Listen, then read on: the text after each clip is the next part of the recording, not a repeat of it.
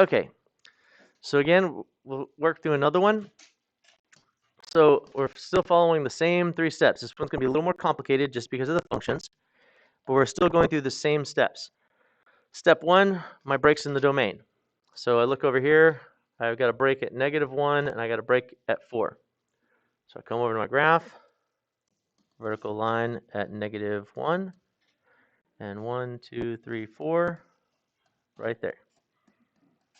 So I got 3 pieces I'm going to graph. Okay. Again, color code it to make it easier. So the red one is less than -1. The blue one will be in between, and the green one will be on this side. Okay. So I always color code my graphs so that it makes it easier for you guys when you look back at them to know which one is which. Okay. That's why you guys should always be using color whenever you graph so that you really know what's going on.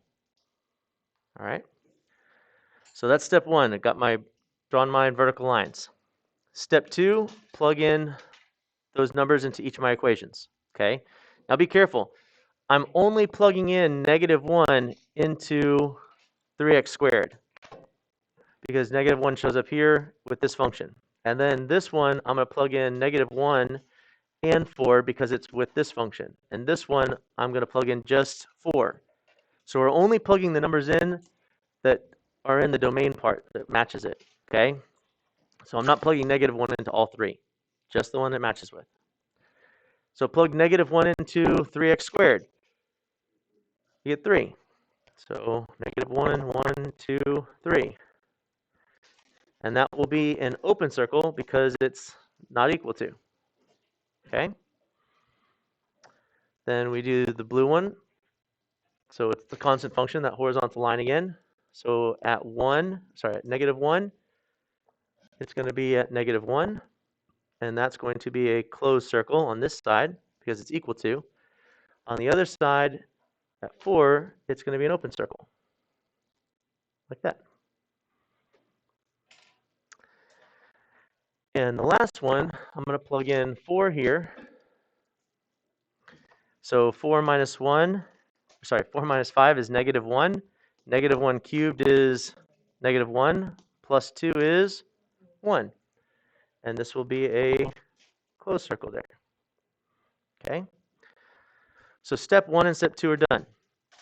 Again, basically the reason that we do this is so that we know where we're starting or we're stopping. Okay?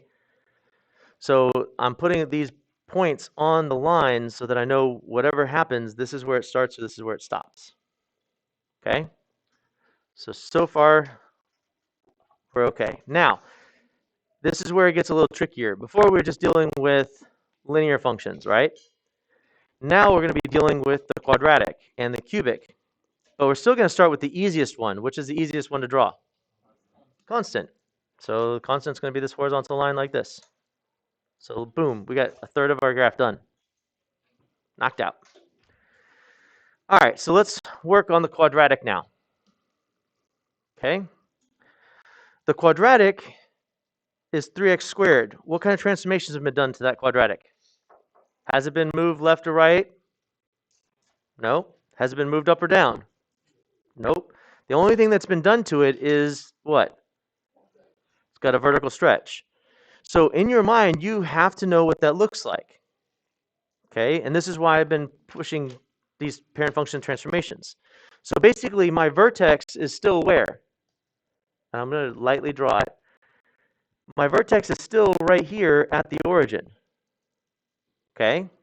Because it hasn't been moved left, right, or up, or down, right? That means that since it's just been that vertical stretch, if this is where my vertex is, the next point should be at 1, 3. We won't see that one. But it'll also be at -1, 3. Right there. So that point right there represents this part. So like if I drew it, it would look like something like this. Okay? But we're not going to see any of this right here because this function can't be on that side. You with me there? So that's why I said you got to mentally know what it looks like. Okay? So basically, at this point, I know my vertex, this is going to be that arm that comes off.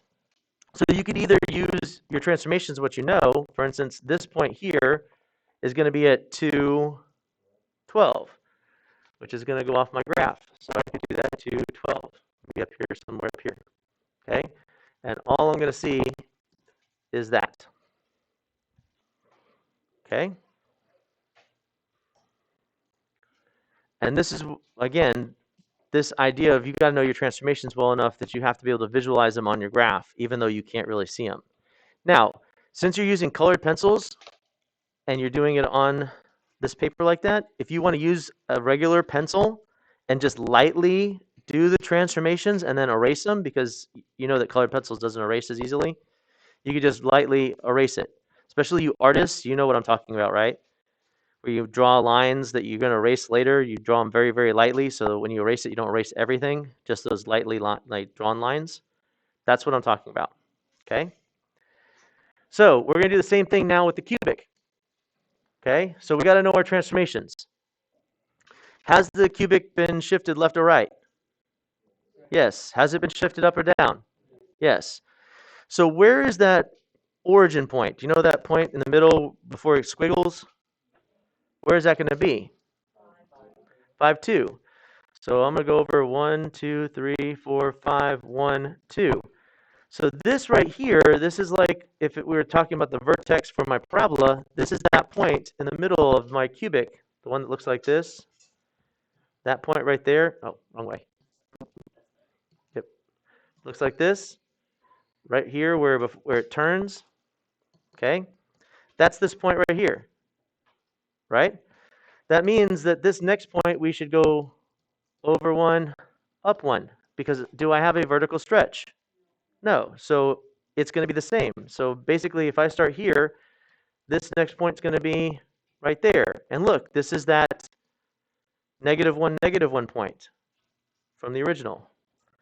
So this should look like this.